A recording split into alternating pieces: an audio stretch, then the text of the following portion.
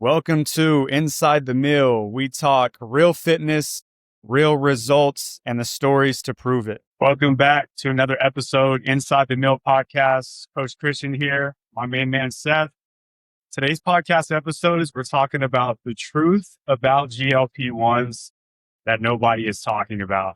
And man, I'm surprised that we're 30 episodes in and this is the first time that we've talked about GLP-1s, and it's been becoming extremely popular lately. It seems like everybody's taken some form of it, and just a lot of the population is on it. And so that's kind of what we want to do is we want to talk about, yes, some of the pros, but also there's some cons that come with this that are leaving a lot of people getting results early on, and then they're frustrated long term because they don't know how to keep the weight off. And so I think that's the big thing that I want to talk about is what it does. That a lot of people think once I get on this drug, the drug is what's making me lose the weight. The drug isn't the magic pill that's making you lose the weight. It's what it's doing to your appetite. And so for anybody that cuts their calories to an extreme level is going to drop body fat. And that's what it does. It just reduces your calories. This is why you see people that are eating pizza.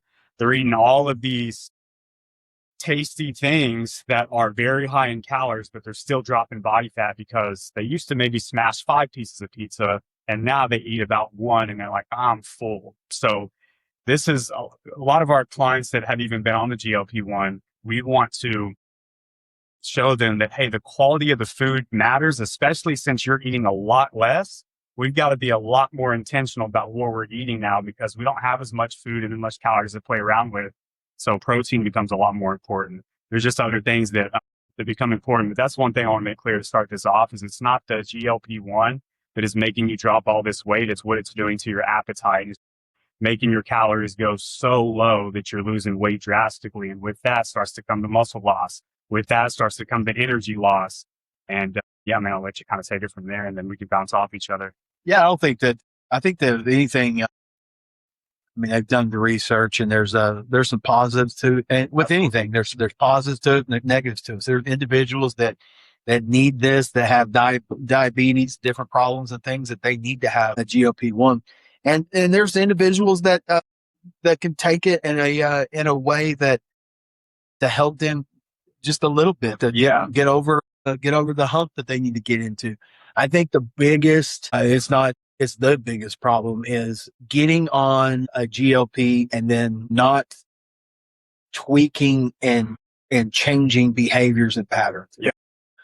Cause you're not going to be on it the rest of your life. Some people may want to, there's some people that are 100%, they're like, hey, this is what I'm going to do. And in small doses, there are some great benefits to it that you can still have an appetite, still be able to get all the benefits of it, but not necessarily have all of the high dosages where you just can't eat. I've seen people that they just can't eat. And so then they're dropping all this weight, but they're also dropping tons of muscle too. And there's research now that shows that you might drop 20, 30 pounds, but you're also almost 40% of it. The studies say almost 40% of the weight loss is lean muscle mass. Yeah. That's when I knew the 40 and I didn't know where it was at, but 100%, that's what I'd seen too.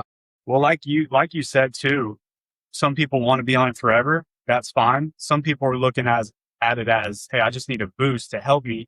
Regardless if you're going to be on it short term or long term, you still need a plan to do it the right way. It doesn't matter. You still need a plan. And so, for anybody that's out there that's going, hey, I'm just using this as a boost, totally fine.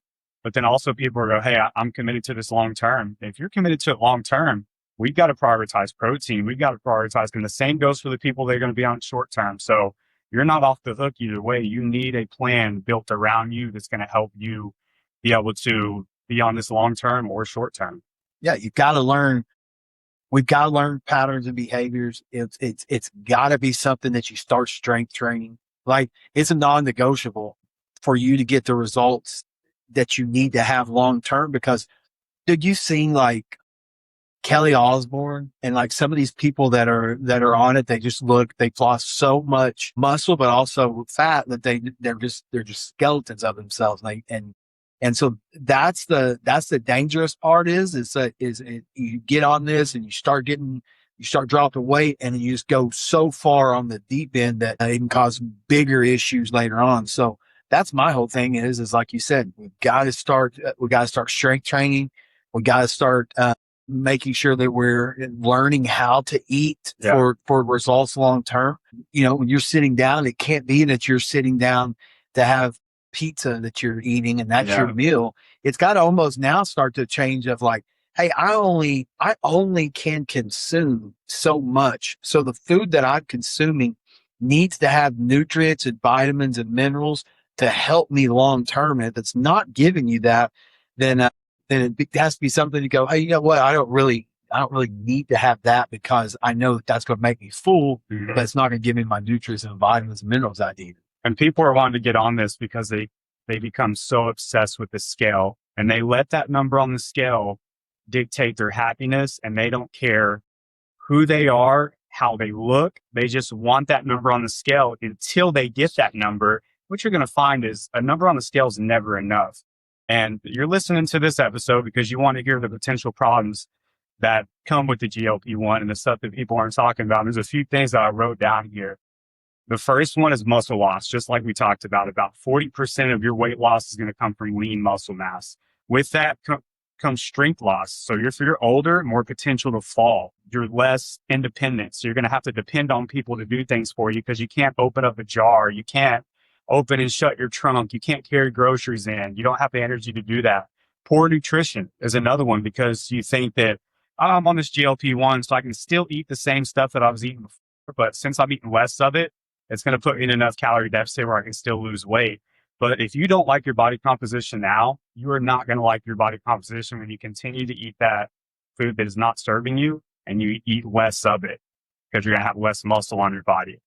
Bone density concerns. This is another one that people aren't talking Especially about. For our clients. Yes. Our clients are getting older. As we age, our bones already become a lot more frail. So if you're not eating enough calories, if you're in that extreme of a calorie deficit and your bones you have one simple fall, you break a bone, the recovery of that as we get older becomes a lot more hard to recover from. Surgeries are a lot harder on us. And then low energy is another one, less daily movement because you're not eating enough calories. It's like trying to drive your car and not fill it up with gas. Eventually it's going to run out of gas. You're stranded.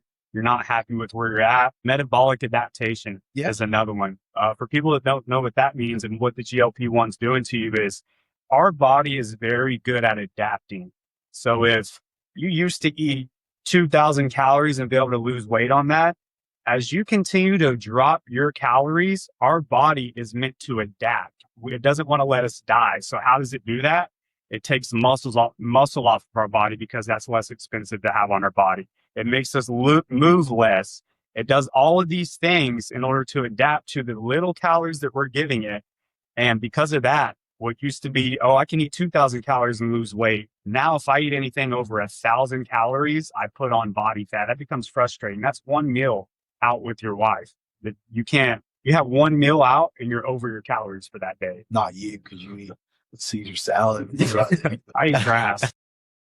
I think the other side of it, man, and this is the piece that I've seen with our clients that they've been with us and they've dropped some weight on their own by following our plan, and they might not be fast enough. Maybe they're just kind of, maybe it's 10, 15 pounds. They want to drop 30, 40, 50 pounds. And so they get on a GLP, and then when they get on these, the next thing that happens is they drop the weight. And then it's this thinking or this believing that the only reason, you already said, the only reason I've dropped this weight is because of the GLP. Mm-hmm. Well, then when you get off the GLP and you decide that you need to take, because it's not cheap for individuals to take, then you go back to your regular lifestyle. You never change your patterns. You never change your behaviors. And now you're a victim to the GLP, meaning that your story is, I can't lose weight without being on this GLP-1 or 2 or 3. There's all kinds of, I can't be on this without, and it's not drop weight. I got to be able to drop weight, have to be on this. And so now you're a prisoner to never being able to, because you made the decisions. Like even when you were on them, like, yeah, they sped the process up. They helped you. Like there's no doubt. Yeah. But it was still you. I mean, I've got clients that have come in. Of one I'm thinking of right now that has been consistent with strength training. When she was the heaviest she's ever been, she was strength training. Yeah. Doesn't matter if she had a hurt shoulder, she was working with me and getting it done. And she got on it, and she looks amazing now. But everything stayed tight and done the right way because she continued to do the work and continue to strength train and continue to do.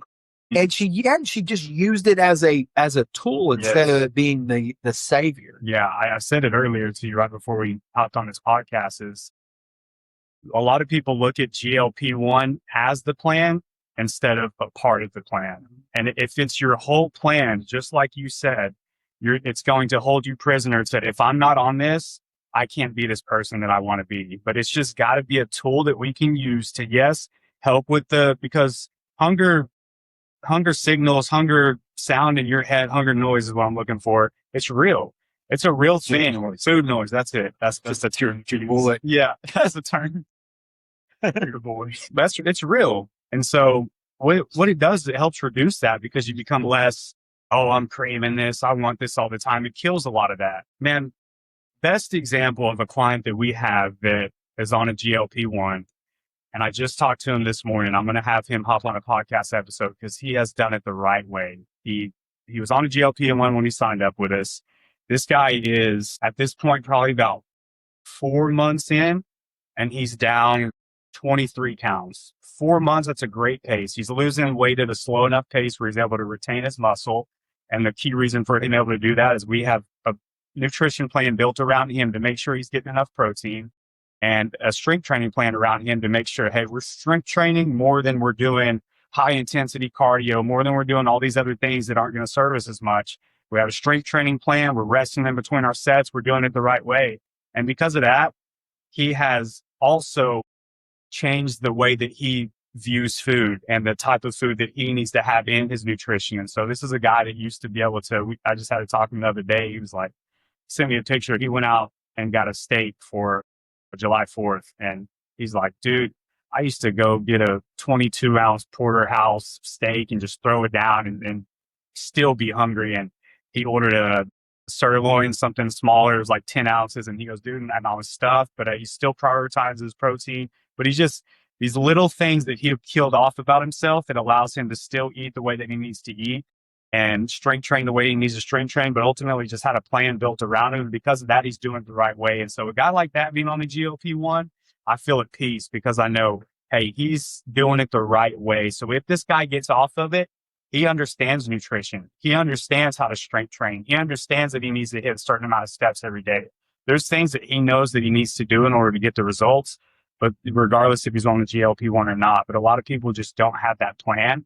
And so they're just 100% relying on that GLP-1 for the results. The biggest problem is they've taken they wired themselves taking this GLP that they're not ever supposed to be hungry. And so if they have a little bit of hunger, then they start to up the dosage. And then what starts to happen is you up that dosage so much that you have no hunger at all. And then you're not able to eat it. The best experience and the best results that we've seen with clients is let's use it and let's take smaller dosages of it, but then it's going to shut up that food noise a little bit, but you're still able to eat. And if you have, like you just said, if you have a solution and a plan and you know, like, hey, this is how many grams of protein I need to be hitting on a daily basis. And now you can just be focused on that. Like you said, you're going to win because you're still eating. You're still getting the nutrients. You're still getting the vitamins. You're still doing. That's the way to do it. Quit being afraid of having a little bit of hunger because that's actually a positive. Yes. And just a little bit of like that retatrutide. Yeah. Retatrutide is the top of the top, and it's a triple agonist. But the thing with it is it still allows you to have a little bit of hunger unless you've gone way too crazy. Now the tirzepatide, which is a step lower than it it blunts your hunger. You don't have any. Yeah. You're not hungry. Yeah. And so you can't eat. My deal is like getting to a place of, hey, you know what? If you can just, cause I love food, dude. Yeah. Like I'm going to eat. Like I love it. But if I can have something that's just going like, hey, I don't need all that, like you said, the food noise. I don't need the food noise. I can still live life, still have my 3 square meals, have a couple protein shakes in between, and then seek results. That's the beautiful part of it. Yeah. But if you're that one who you think just because I'm hungry, this is a bad thing, that's not that's not a good place to be. Because if you're at a place where you're not eating at all, then yeah, you're going to drop, but you're going to drop muscle, you're going to drop fat, but you're also going to lose that elasticity in your and that's what we see with a lot of clients is they drop so quick, they lose that elasticity in their skin, and then next thing you know, they've got all this loose skin, and we got even a bigger issue than we had. I mean, Ozempic phase. yeah, What you're talking about. Yeah. Man, there's probably people listening to this podcast too that aren't on a GLP-1, but they're considering it. And somebody that's listening to this and just feels completely controlled by food, a lot of the reason that the noise is so loud and you crave those foods so much is because you eat that way on a regular basis. It's going to be almost impossible. If you continue to eat those foods, of course you're going to crave it and it could be an emotional thing. There's all kinds of things around that a coach will help you out with, but you crave those foods because it's a safe place for you. Here's what changes the game for a lot of our clients that join the Vitality Meal. The gym becomes their safe place. And then they start to eat the foods that start to serve them, make them feel better. The more that they eat those foods and the less that they have all those other things in their nutrition, they go, man, I'm not craving that the way that I used to, because I actually show up on another level when I have these kind of foods. Like, I think I want to eat that. And they start to recognize who they are when they have foods that are serving them rather than the foods that give them that energy crash in the middle of the day, or they're drinking caffeine all the way up till 5 p.m. Like all these little things that you may not understand because it's been a pattern and a behavior that you've done for so long that you become numb to it. This is what a coach does. And a coach just makes little tweaks at a time. And those little tweaks go a long way, and it starts to mold you into the version that you want to become. And with our clients that are on the GLP-1, they're on it a lot of times because they're so obsessed with the scale. And so what we do at the Vitality Meal is we shift their focus. So we're not looking at, are we getting stronger? We're not looking at the scale. Are we getting stronger? How does our energy whenever we're hitting our workouts? Are we being consistent with our workouts? How many steps are we getting? So we start to shift that focus. Like, yes, of course, the scale is a metric, so we're using it. We're not completely abandoning it, but we know that if we focus on all these other things, shifting that focus to that, we can start to find wins in those areas and show ourselves that we're making progress because our mind's happiest when we're winning. So that's kind of a piece of what we do. And yeah, I mean, you want to talk about we kind of shine some light on this, but we're super excited about the GLP-1 program that we're going to be launching very soon. So I'll let you open that up and talk about that. Yeah. So Christian and I were having a discussion about that problem of individuals dropping so much muscle. And so we wanted to create a program for individuals that are on a GLP, just a 6-week, so they could come in, they could experience working out around still being on the GLP, but still being get that strength training, getting some help on the nutrition side of it. Because as we talked about is there's some identity shifts that we need to make as well. Is if you've always looked at yourself as the fat guy or fat girl and I love food and I've got to eat this, I got to eat that. We've got to question our stories and the things that we believe. When we change our stories or question our stories and our beliefs, we start to change our actions. And once we start to change our actions, then we can change our results. But how do we shift that identity? We start to take different actions. So you start coming in and you hit 3 days a week of strength training with us. You start getting your steps in. You start hitting a certain amount of protein. You start following a plan, and you start taking actions on this plan. Now the next thing that starts to happen is your stories start to change of, I have to have this. Like I can't ever be off this GLP or whatever the story may be. now your story starts to change because your actions have started to change. You start to prove to yourself that you're not that individual that you thought you were. And that's how we change the identity long term. We're calling this take back your life because you're making a decision where you're going to start losing weight and you're taking your health and you're taking it more into account. And so now you're making strides in the right direction. The last thing that we want to do is have it cost you more of things that you're not going to get back, like the muscle, the long term, how you feel. Like Christian says, like when you start to lose bone density, these are things that are going to be hard to reverse long term. And so, like with this take back your life, is we just want to insert different patterns, different behaviors, so you can start to take different actions. So then you can start to change the story and belief, and then you can change your identity of, hey, you know what? This is a tool, just like strength training is a tool, just like hitting my protein, just like getting steps. These are just tools to help us get there. There's not, if we just focused all on strength training and that's all we did 7 days a week, we'd be in a bad situation. Yeah. If all we did was do cardio and we didn't do anything else, we'd be in a bad situation. So everything has a part, everything has a piece to the puzzle. And that's what the take back your life. It's a 6 week. You come in, let us help you change your actions. Let us start to help you shift your behaviors and your patterns and your stories and your beliefs. And then long term, you can start to see, like, one, this program works, but then two, you start to have some results that you can sustain and maintain and go from there. So that's what it's all about. We're going to launch this pretty quick. If it's something that you're interested in that, you can just shoot us a message with Take Back Your Life on Instagram, on Facebook at the Vitality Mill, and we'll point you in our direction, and or if you'll see the ads or whatever it may be, and take action that way as well. Yeah. So we'll close it out for another episode Inside the Mill podcast. See you on the next one.